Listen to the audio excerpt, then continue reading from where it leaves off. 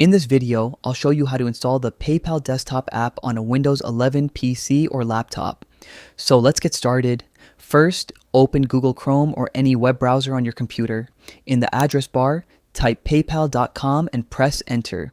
Once the website loads, make sure you're logged into your PayPal account. Now, go to the top right corner of the Chrome browser and click the three-dot menu. From the drop-down menu, hover your mouse over Cast, Save, and Share. Then click Install Page as App from the sub-menu. A pop-up window will appear on your screen. Click the Install button to continue. After that, the PayPal app window will open automatically. You can also check your desktop where the PayPal app icon will be created automatically.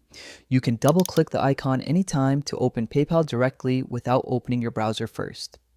And that's it. Don't forget to like, subscribe, and turn on notifications for more helpful and easy tutorials.